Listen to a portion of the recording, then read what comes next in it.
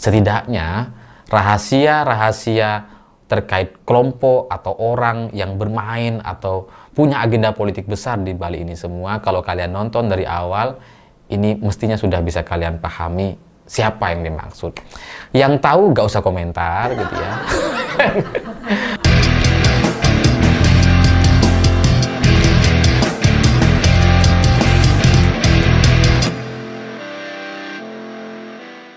Selamat malam semuanya. Kemarin Pak Jokowi sudah terlanjur menyampaikan bahwa di balik soal isu kasus ijazah palsu atau isu tuntutan untuk memakzulkan Gibran dari posisi Wapres, ini nampaknya ada agenda politik besar di balik ini semua. Menurut perasaan politik saya, kata Jokowi, ini ada agenda politik untuk mendowngrade saya dan ya Gibran. Jadi Pak Jokowi seperti baru menyadari gitu ya, seperti orang yang baru dalam politik dan kemudian menyampaikan kegundahannya. Ya, soal baper-bapernya Pak Jokowi sebelumnya sudah saya sampaikan di video sebelumnya, tapi ini saya ingin tetap lanjutkan lagi dengan materi yang baru karena gara-gara pernyataan Pak Jokowi dan video saya kemarin, orang-orang jadi bertanya gitu, teman-teman saya jadi penasaran. Spill dong, siapa sih yang dimaksud? Kasih tahu gitu ya, penasaran gitu. Dan untuk mengobati sedikit rasa penasaran kalian, ya maka saya coba akan jabarkan dan berdasarkan analisa dan data-data yang sudah bisa kita temukan sebenarnya di media, tapi mungkin perlu ada sedikit benang merah untuk menggabung semua cerita-cerita dan rangkaian peristiwa yang sudah terjadi sebelumnya. Kalau kita perhatikan dari kasus ijazah palsu dan kemudian tuntutan pemakzulan Gibran, ini adalah dua kasus, dua isu yang benar-benar berbeda jauh sekali dan dimainkan oleh kelompok yang berbeda, seolah-olah ini nggak ada kaitannya sama sekali gitu. Karena kalau dari kasus ijazah palsu misalkan, itu yang kan yang bermain ya Roy Suryo, Dr. Tiva, Rismon, yang ya berdasarkan penelitian, berdasarkan pengamatan katanya ahli forensik dan sebagainya, ini kelompok mereka benar-benar tidak tersentuh sama sekali atau tidak ada kaitannya dengan Forum Purnawirawan TNI. Begitu sebaliknya, tuntutan untuk memakzulkan Gibran nggak ada hubungannya sama Roy Suryo dan Dr. Tiva gitu. Jadi ini adalah dua kelompok yang benar-benar berbeda, dan kalau Pak Jokowi merasa bahwa ada agenda politik di balik ini semua, ya maka aktornya satu gitu ya. Meskipun isunya dua. Pertanyaannya siapa gitu. Ya untuk lebih pastinya tanyakan kepada Pak Jokowi, karena Pak Jokowi lah yang pertama kali menyampaikan itu gitu kan. Tanya gitu. Tapi kalau ini mau dianalisa berdasarkan data-data yang sudah ada atau berdasarkan analisa kekuasaan di Republik Indonesia, sebenarnya mudah saja untuk kemudian disimpulkan. Belum tentu benar memang analisa ini, tapi ya mendekatilah setidaknya. Karena kalau dari analisa kekuasaan yang ada di Indonesia per hari ini gitu ya, kita kan bisa menyimpulkan nggak banyak gitu. Nggak banyak pihak-pihak yang berkuasa di negeri ini, nggak banyak kubu yang punya kekuasaan di negeri ini atau masih punya taring di negeri ini, kan nggak banyak gitu. Salah duanya adalah PDI Perjuangan dan Presiden Prabowo atau Gerindra. Nah, dari PDI Perjuangan ya karena PDIP adalah partai pemenang pemilu, kemudian Ibu Megawati juga merupakan tokoh yang sangat dihormati oleh Presiden Prabowo Subianto, dan bagi Gerindra atau Presiden Prabowo ya ini juga kekuatan yang lain gitu, karena ketua umumnya jadi presiden gitu. Jadi ada dua kekuatan di negeri ini, ada salah dua kekuatan di negeri ini yang ya bisa saja kemudian terlibat dalam kasus atau operasi politik atau agenda politik untuk menyerang Jokowi. Sayangnya baik PDI Perjuangan ataupun Presiden Prabowo Subianto nampak tidak tertarik sama sekali dengan isu ijazah palsu atau pemakzulan Gibran. Sangat rapi kedua pihak ini gitu ya, baik PDI Perjuangan atau Presiden Prabowo atau Gerindra, itu tidak mau memainkan isu ijazah palsu atau pemakzulan Gibran. Meskipun hari ini ketua DPR-nya adalah Puan Maharani, meskipun hari ini ketua MPR RI-nya adalah Muzani atau kader dari Partai Gerindra, tapi faktanya nggak ada reaksi yang berlebihan. Soal isu pemakzulan, soal ijazah palsu, Pak Jokowi gitu ya, Presiden Prabowo, Ibu Megawati, PDI Perjuangan, nggak tertarik. Kalaupun ada komentar dari Ibu Mega, itu komentar sebatas celutukan aja gitu. Ya kalau memang ada, tunjukin aja apa susahnya. Jadi dua kekuatan besar di Indonesia dipastikan tidak terlibat dalam kasus ini karena baik PDI Perjuangan ataupun Presiden Prabowo Subianto nampak membiarkan kasus atau isu ini berjalan begitu saja gitu. Nggak dikompori, nggak dipanas-panasi, ya udah biarin aja gitu. Nah, pertanyaannya, kalau bukan dua kekuatan besar ini, lalu siapa? Ya sisanya gitu. Berarti kan sisanya, ya kalau bukan PDIP, bukan Gerindra, bukan Prabowo, berarti kan sisanya. Sisanya siapa? Ya masa kalian nggak ngerti? Ya karena sekarang saya kebingungan untuk menjawab tudingan-tudingan dari Projo gitu ya, Pro Jokowi yang bilang bahwa isu ijazah palsu atau isu pemakzulan Gibran ini gara-gara kelompok yang kalah pilpres gitu ya. Itu lucu gitu, karena pilpres itu kan cuma diikuti oleh tiga pasang calon, Anies, Ganjar, Prabowo. Prabowo yang menang berarti Anies dan Ganjar lah yang merupakan kelompok kalah. Dua pihak ini nggak ada yang main soal isu ijazah palsu atau pemakzulan. Bahkan Ganjar ngebelain gitu, bukan ngebelain sih. Pak Ganjar merasa ada lebih banyak isu yang perlu kita perhatikan dibandingkan soal ijazah. Misalkan dengan PHK, masalah ekonomi, tantangan global, dan sebagainya. Itu yang disampaikan sama Pak Ganjar. Nggak ada sedikit pun reaksi berlebihan atau respon terhadap isu ijazah palsu ataupun pemakzulan terhadap Gibran. Anies juga sama, nggak ngerespon gitu.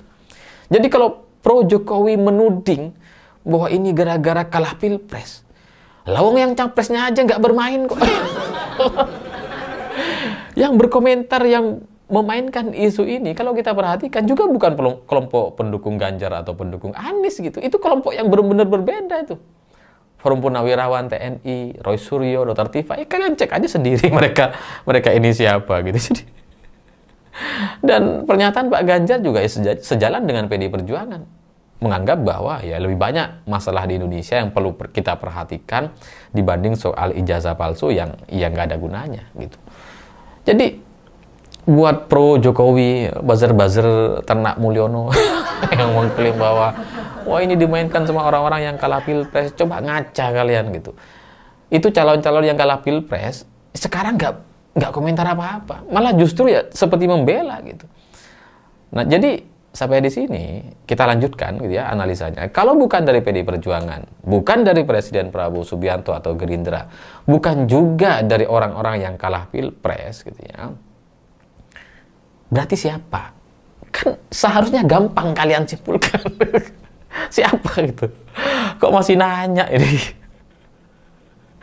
Ya tapi oke lah, mungkin banyak orang tidak paham sampai di sini gitu ya, siapa yang saya maksud ya, karena sisa dari peta kekuasaan yang ada ini memang masih ada banyak, tapi kalau kita mau kelompokkan sebenarnya kan ya tinggal satu. tinggal kelompok itu gitu, nggak ada lagi. Ya intinya kalau kelompoknya Anies nggak mungkin, karena PKS juga ya santai-santai saja lah gitu ya, ini bukan urusan mereka gitu. Jadi ya sama sekali bukan kelompok orang yang kalah pilpres, bukan juga PDI Perjuangan, bukan juga Gerindra atau Presiden Prabowo, ya itu. Ya kalau kita mau bahas ciri-cirinya gitu ya, saya coba kelompokkan deh gitu ya. Peta kekuasaan yang ada di Indonesia, selain nama-nama yang saya sebutkan tadi, selain kelompok itu gitu ya, ada juga satu kelompok nih. Ini tidak mengerucut kepada satu kepastian, tapi ada juga satu kelompok, yakni katakanlah nama grupnya ini grup batal maju. Grup kandidat batal maju gara-gara efek cawe-cawe Jokowi di Pilpres 2024. Kan ada banyak tuh cawapres yang kemudian batal maju gara-gara Gibran, Caimin, dan Mahfud MD. Gara-gara cawe-cawe Jokowi. Ya Mahfud MD ini murni berdasarkan pilihan Ibu Megawati dan PDI Perjuangan.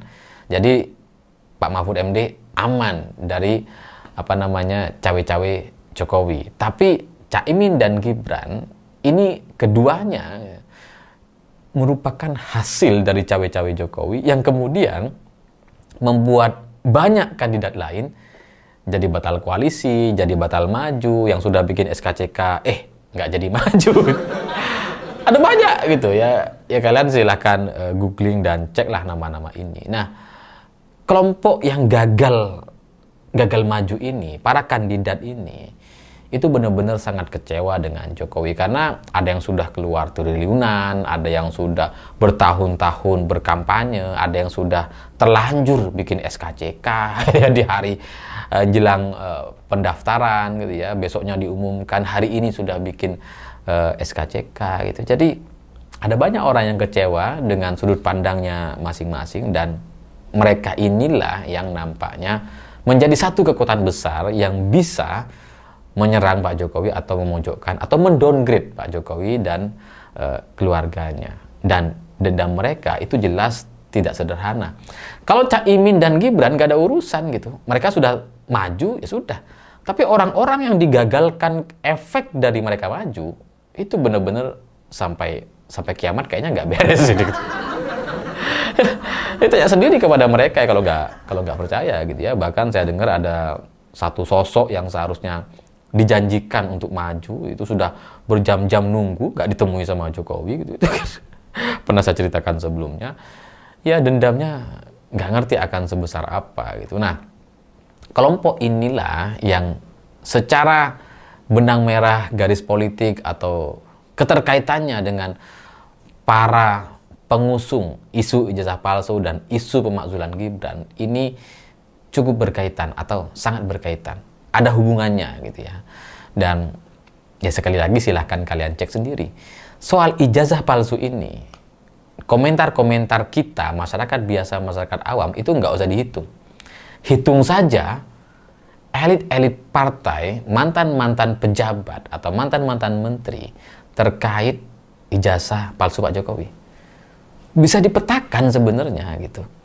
Kalau dari PD Perjuangan jelas nggak ikut-ikutan gitu ya. Pak Ganjar malah justru bukan ngebelain sih, ya meluruskan bahwa lebih banyak hal yang penting untuk kita pikirkan dibandingkan ijazah yang bukan apa-apa gitu ya. Tapi kan ada tuh pejabat-pejabat lain yang ikut menyerang Jokowi ya. Ya kaitannya ke sana gitu. Mereka itu siapa? Mereka ini loyalis siapa? Ya pokoknya begitulah. Saya tidak bisa menyebutkan karena Pak Jokowi juga tidak menyampaikan, kecuali dari Solo ada sinyal atau pesan ke saya untuk membuka ini, ya maka saya akan terbuka untuk menyampaikannya kepada kalian semua. Tapi karena sekarang saya juga merasa tidak ada sinyal yang seperti itu, juga saya udah nggak kontak dengan kelompok Solo gitu ya, sudah pecah, udah putus gitu hubungannya. Jadi ya saya pikir ya biarlah itu menjadi tanggung jawab pihak keluarga Solo untuk menjelaskan siapa di balik ini semua. Tapi setidaknya rahasia-rahasia terkait kelompok atau orang yang bermain atau punya agenda politik besar di balik ini semua, kalau kalian nonton dari awal, ini mestinya sudah bisa kalian pahami siapa yang dimaksud. Yang tahu gak usah komentar gitu ya. Nggak akan saya pin gitu ya. Yang sudah paham diem saja gitu ya. Biarlah permainan ini menjadi lebih seru ke depan, karena saya juga penasaran siapa yang lebih canggih ini nggak boleh saya lanjutin. Siapa yang lebih canggih antara Jokowi dengan Roy Suryo atau Forum Purnawirawan TNI dalam kasus-kasus ini. Kita lihat gitu, karena Roy Suryo hari ini nampak lebih pede, tidak seperti sebelumnya yang nyaris tanpa backup. Saya pikir itu. Terima kasih sudah menonton. Begitulah kura-kura.